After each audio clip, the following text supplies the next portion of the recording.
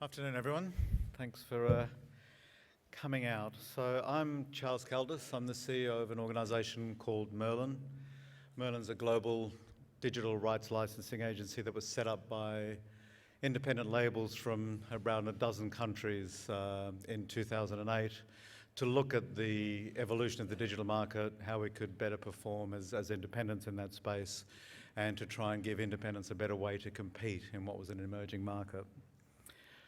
Merlin's grown in that time to now represent over 700 companies from 46 countries around the world who between them represent tens of thousands of independent labels.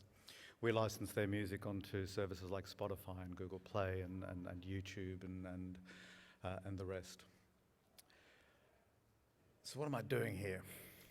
So the reason I wanted to talk to you today is we have a lot of speculation in the press about, the state of the digital music market and the future of the music industry. It's either that we should all give up and go and get jobs as Uber drivers, or it's that the future is going to be incredible. There's all of these extremes about whether we're all going to die or whether we're going to become millionaires. Really, what I want to give you today is a snapshot of the reality of what this market is like as of June this year, a month or so ago, for all of these labels that we represent based on our experiences. And I think, understanding and having a perspective on a broader picture of things in our organisation helps us better understand what's actually happening and what we should be planning to do and how we could do better business on behalf of these labels and what they could be doing to take better advantage of the opportunities that are available to them out there. So if we want to talk about the fact that there's no money in streaming and there's no money in the future of the music industry, this is our reality. So this graph represents what Merlin earns month on month on behalf of the labels that we represent on those services there, plus a few others that I couldn't fit on the slide. So the reality of the market is in June 2012, when the graph starts, on behalf of all of those thousands of labels, we were earning, around $3 million a month, which spread amongst all of those people, wasn't a huge amount of money. But you fast forward to now and to where we're sitting in the market, we've now crossed for the first time $25 million in 1 month just in audio streaming revenues for the labels that we represent. And the growth pattern that we're seeing there is showing no signs of slowing down. And and I think the thing that we think about and that we hope that independents around the world and people who are getting started in the industry, in this market and other markets think about is where does that graph actually go? We've got a very good look at the past here now over a fairly long period of time. This period of growth is not really slowing down. But I think we're in Australia and you've got a unique market here, and I spent most of my working life here, and we understand that we're not necessarily like the rest of the world. So how does this compare to what's actually happening in this market? So over a slightly shorter period of time, because streaming came to Australia a bit later than it did in the rest of the world, this is the reality that we're seeing in the Australia market. Very similar growth patterns, very similar projections for where this leads into the future. And for me, this is a really key big picture snapshot of the reality of trying to understand all of this press we read about, either the world's falling down or no one's getting paid and these services are screwing us. The fact that we pay out $25 million every month to independent labels and artists around the world shows that there is a business there. To give you some context of that, we're about 10% of the revenues and the usage on all of these services. So you basically multiply all these numbers by 10 and you get to start to get a scale of what this little section of the music industry actually represents in terms of value. So if it's 25 for us, it's 250 for the entire industry. Over the course of the year, that's a couple of $1 billion and growing at an incredibly fast rate. So just some quick comparisons in terms of how Australia is trending compared to the rest of the world. And whatever measure you look at, whether it's looking at June this year versus June last year, 3 months the last 3 months versus the 3 months in the year before that, the whole year measure, Australia's actually outstripping our global figures in terms of the amount that the market's growing. And to me, that's a really encouraging sign that, we've got a connected market, a market that's music engaged, a market that's got a hunger for consumption of music that's actually driving, this growth. You project those figures that we've seen on those graphs before out by the average monthly growth of 6.5% a month that we've seen in Australia in the last months. We're going to, practically double the revenues in this market in the next year. So there's no doubt we're in a challenging phase, and there's all sorts of, twists and turns in the business. But I certainly don't think the sky's falling down, and I certainly don't think that people should be despairing about whether there's a sustainable future in this market or in the global marketplace. The other factor that we've seen, and this is something that we're only just starting to get a picture of and just to understand. So I understand working in this market, you've signed, your local band, or you are a local band, and you're trying to crack your own market and go national and actually get attention on Triple J and trying to build a story within your own territory. What we're seeing, though, is the fact that these streaming services make your music available globally immediately. Actually, also it globally immediately broadens your available customer base to something you could never dream of before. If we look at what it was like when I was working in Australia in the physical marketplace, the biggest record store in the country probably had 1,000 slots. So if you weren't going to be one of those 1,000 CDs that shop decided to stock, you just weren't visible to the market. If somebody, if a store decided to take one or two of your CDs on spec and those 2 CDs sold out in the first week and they weren't going to place the order with the distributor until the following week, you might have had 200 or 300 people coming in looking for that CD that week, and it just wasn't there because the presence of it wasn't in the marketplace. That question about if only we could get our music in front of customers, they'd really like it. If only we could get on the radio, people would really love our music, has kind of disappeared. Everything's available everywhere, all of the time. And that dynamic for the labels we represent is changing not only the nature of how they distribute and how they think about their market, but it's also changing where their money comes from and where their audience is coming from, and is informing a far broader strategy and a far broader thinking about how and where they can operate than ever before. There's a quick case study I did on the way here where we just picked one of our smaller Australian labels that we work with and just looked at, okay, what actually happened in June to their music? And bearing in mind, this is not a label that's got anything in the charts. We sort of deliberately picked something that's a realistic sort of mid to entry level label. So that label's music just in that month was streamed 2 million times in 60 countries around the world. A third of those were outside of Australia and New Zealand. So if you think about, a third of your revenues potentially are going to come from markets that you might not even have thought about. Some of them are sort of obvious. So the US was obviously a huge proportion of that because it's another English language market and we're very connected to the US market, and there's some connections there.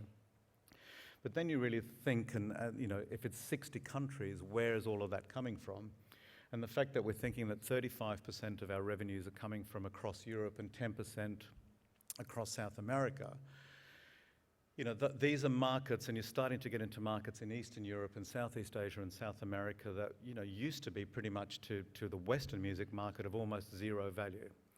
We used to always try and get our bands released in Southeast Asia and South America, and even though occasionally you could get a record released or distributed, you really saw no money on it, no money or no return from those releases.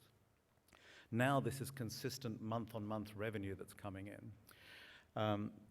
We did a survey, which I'll jump into in a minute, and which gives you a sort of more of a label view of it. But we asked our labels in the physical market how much of your revenues come from outside of your country, and in the digital market how many of your revenues come outside of your country.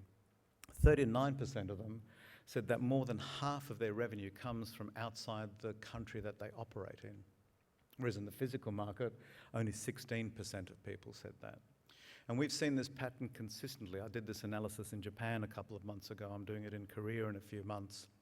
You've got, artists in Japan singing in their own language in a market that you wouldn't think is particularly international.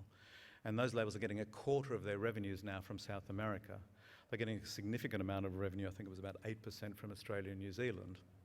So the notion of the marketplace, so not only are you available everywhere all of the time and visible to all the consumers, and you can use your social media and you can use your direct fan relationships and you can use the reporting you get back from the services to better understand and create a direct relationship with your fans.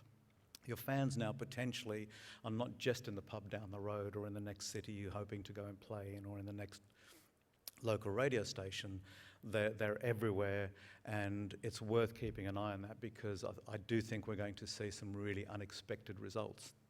One of those results, and the one I'm using to illustrate at the moment, is Brazil, which was a notoriously difficult market to make money in.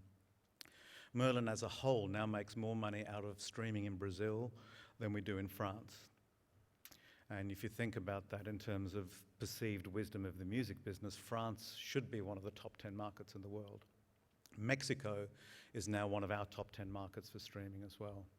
We're seeing enormous growth in the Philippines. We're seeing enormous growth in Indonesia. So the notion of where and how you're placing yourself and where and how you're thinking about your business, one of the positive things I think about the emergence of streaming is it's not only has it created that direct path to market and a very quick path to market, but it's also created a much, much broader and much more international potential audience. And the volumes are starting to increase, ridiculously as well. I mean, I spoke at BIGSOUND, I think 3 years ago, and we were, proudly saying that we were going to pay out $78 million to our labels around the world. This year it's going to be, well, in the last 12 months it was actually 247, and we think we're probably going to get close to 300 this year. So the volume of consumption is increasing in a way as well that not only brings those new audience members in and broadens the availability, but also just creates more people who potentially are going to like and share your music and push it out to other people. And the really interesting thing, the way we see that happening is, if you think about the streaming market as a series of steps up a ladder of value. So if you start at the moment, there's YouTube and SoundCloud, which are either very low or zero value to most people. You then have online radio platforms like Pandora, and then you have $9.99 subscriptions.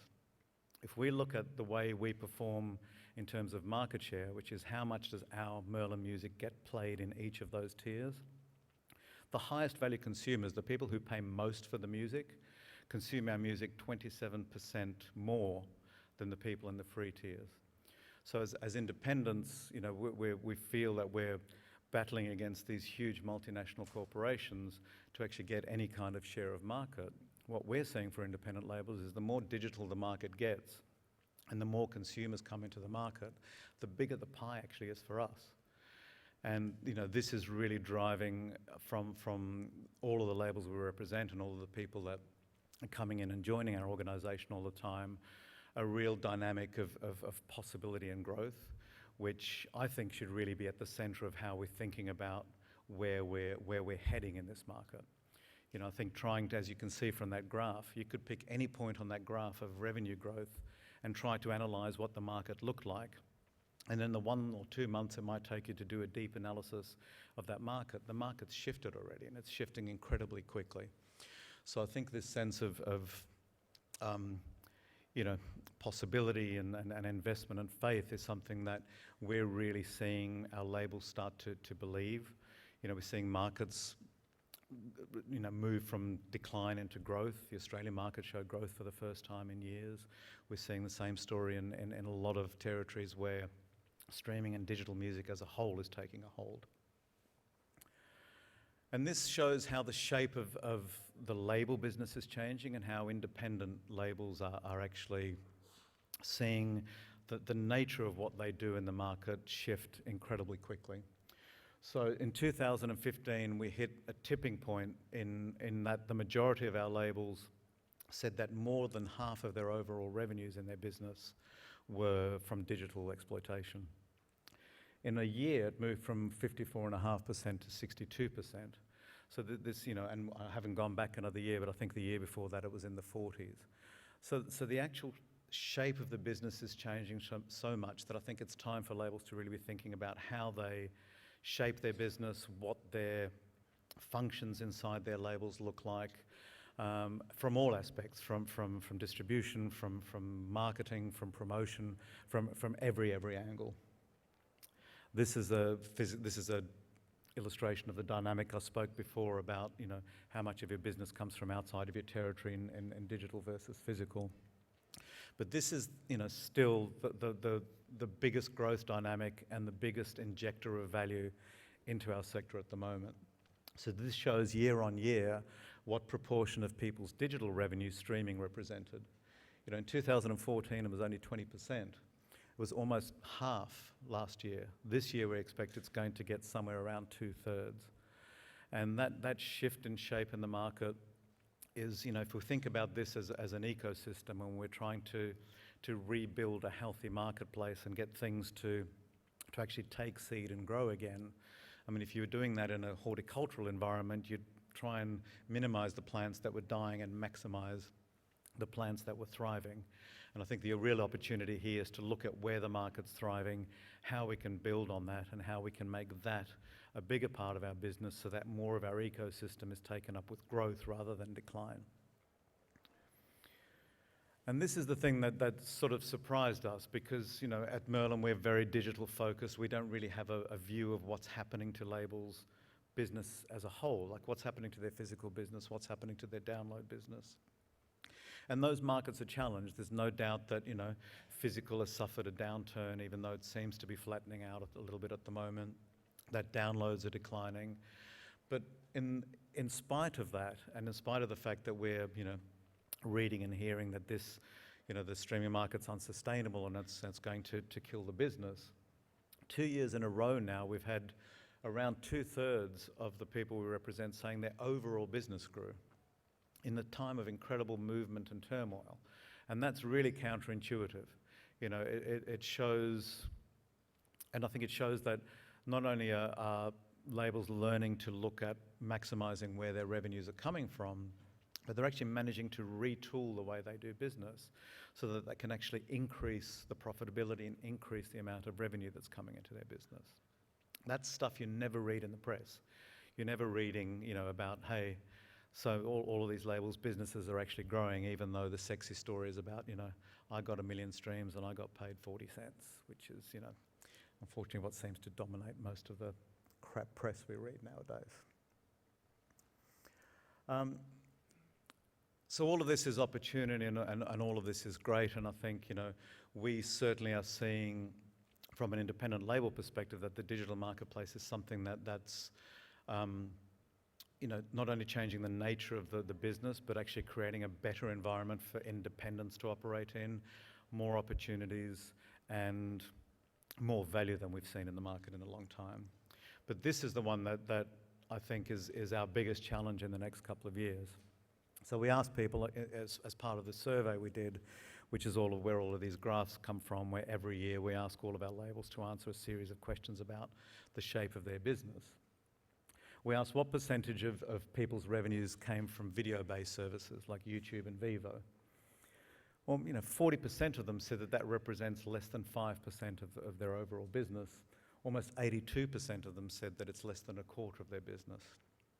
To put that into context, if we look at the usage patterns on YouTube versus Spotify, so YouTube proudly claims in all of their press stories that they have 1 billion users and there's 1 billion people using YouTube every day. Spotify this year announced that they crossed 100 million users. So Spotify is 10% of the usage base of YouTube. From a usage perspective, it's actually a little bit more than 10-to-1 consumption on YouTube versus Spotify. So YouTube users consume more than 10 times more music than we see on the Spotify service. Yet when it comes to that monthly check, YouTube pays us 1/10 of what Spotify pays us. And there's something really wrong with that picture, and there's something really skewed in terms of value. we don't have time or necessarily the topic here to go into to how, you know, the safe harbor provisions and the protections that YouTube enjoys to give away our music for almost nothing in increasing amounts every year. But I do think that that's a real concern for us. If there's a service in the marketplace that's serving 10 times more music but delivering 1/10 of the value, it's, you know, not only for us and not only for artists and the songwriters, but for the industry as a whole.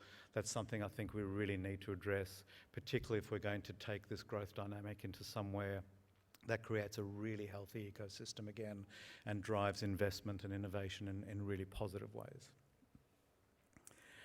And, you know, and for me, with all of this, the question I enjoyed the most, and the one that I suppose also surprised me the most, is, you know, when you ask these labels we represent, in the midst of this turmoil, who actually feels good about the future of their business and who feels that they're operating in the market that's, you know, positive for them.